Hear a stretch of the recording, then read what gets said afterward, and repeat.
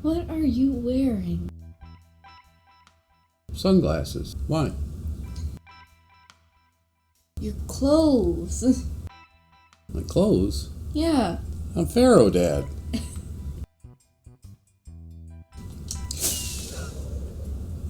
Where are you going? Kids these days. Welcome everybody to Another episode of Forever Bedrock. Yep, episode 9 of Forever Bedrock. We are here in the desert, Princess Lunar and Pharaoh Dad. We are at the point right now where we are getting ready to embark on a massive project. From previous episodes, you guys know that our spawn area here that we started the world with, we've shown this a bunch of times. Pyramid. Yep, that is the inspired from Andy is Yoda. We did a few tweaks to it. Yep. And what we are going to do, we didn't want to just leave a simple little pyramid like it dropped out of the sky. Yep. So Kay and I have done some research. We added some tiny pyramids. Yeah, we've done some research on Egyptian pyramid build sites and things. And we're going to show a couple of images here in the screen. We've added these couple smaller pyramids up front. What we have done is, like I say, we've researched some of historical photos of Egyptian build sites. And what we are about to embark on now is to finish this whole spawn area off as an actual Egyptian working work site. Yeah. So village.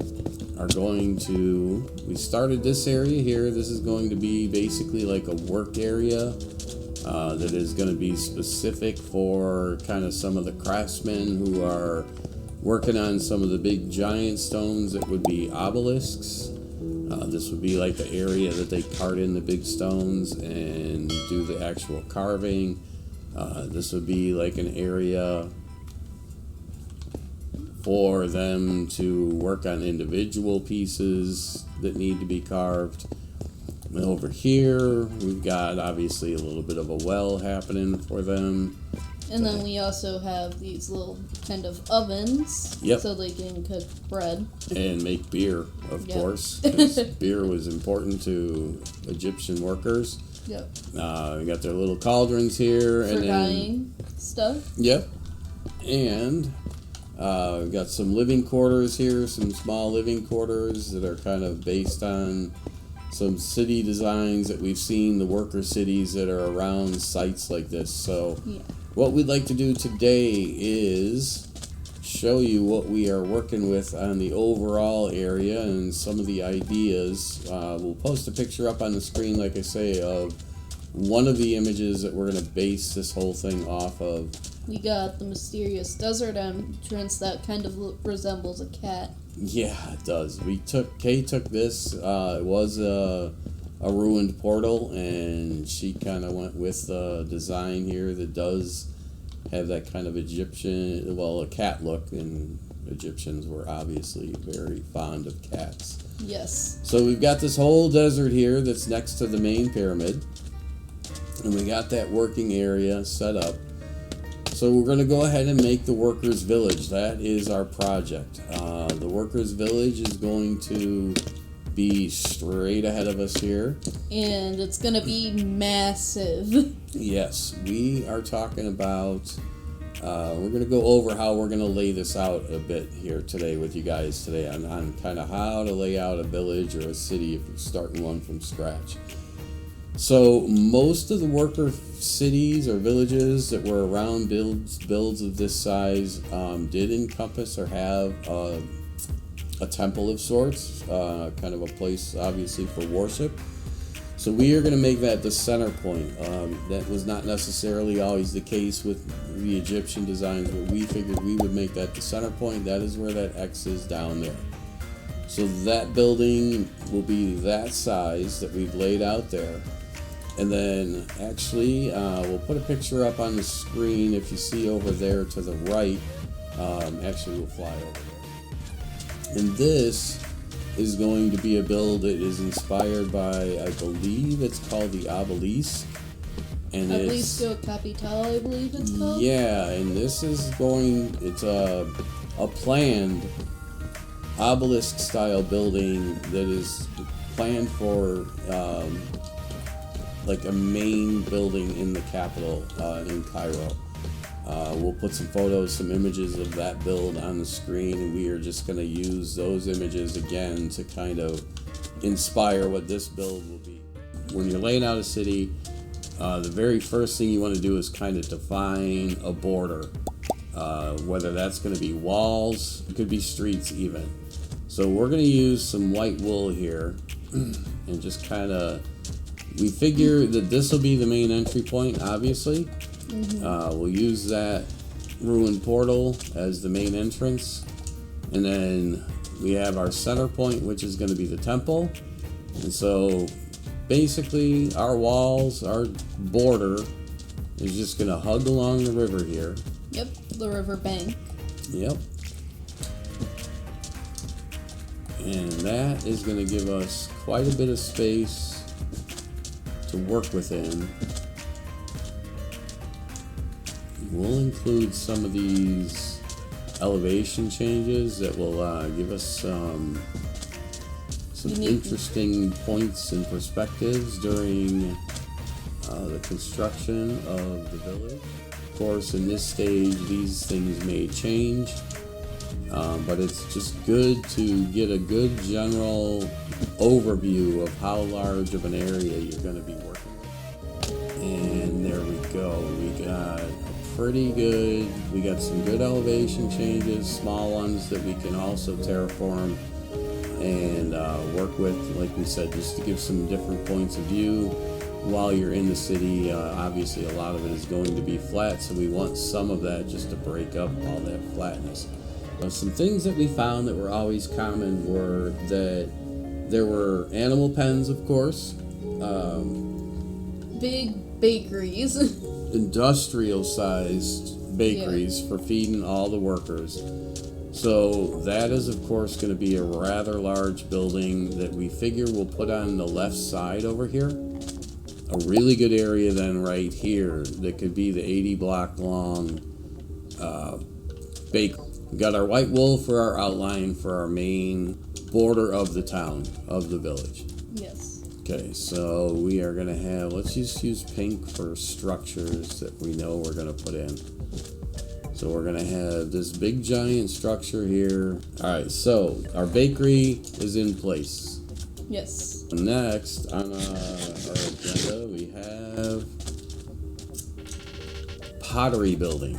Now the pottery buildings probably actually going to be similar in size. Is right. You know what? Okay, yeah, let's put that pottery building right back here on this back wall. This back straight, right from there-ish up to where these cactuses are, kind of.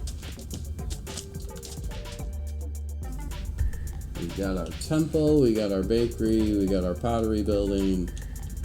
Let's go next. Let's figure out a spot for an animal pen, okay? Let's see. Let's go up. Let's go back up and get a little bird's eye view again.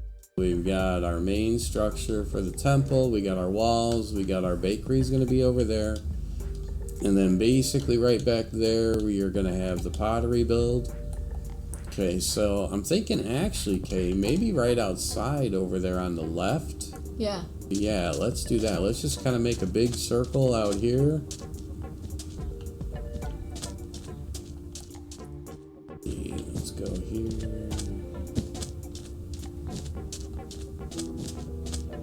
This will give us a lot more flexibility too with the design of it. If we make it just massive. There we go. Bam. Haha, I stole your wool block. Yeah. Here you go. We got our animal pen. Wool block. And then, last but not least, is going to be houses. Well, let's see. Let's go 1, 2, 3, 4 wide for streets. or paths, Yep. like walkways.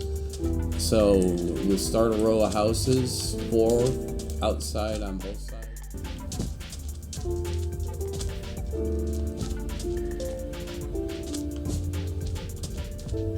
I'm going to go ahead and start on it. Just go ahead and make a line out there, okay? And now the houses are going to be roughly 5 by 9. So they're going to be 5 wide and 9 deep.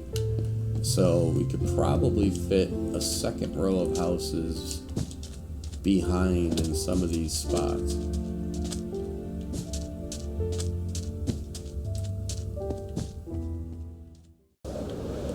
All right.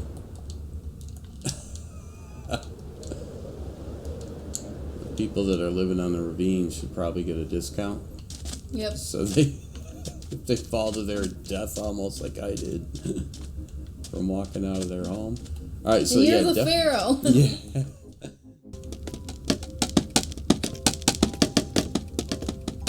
Alright, so now that we've got some basic things laid out.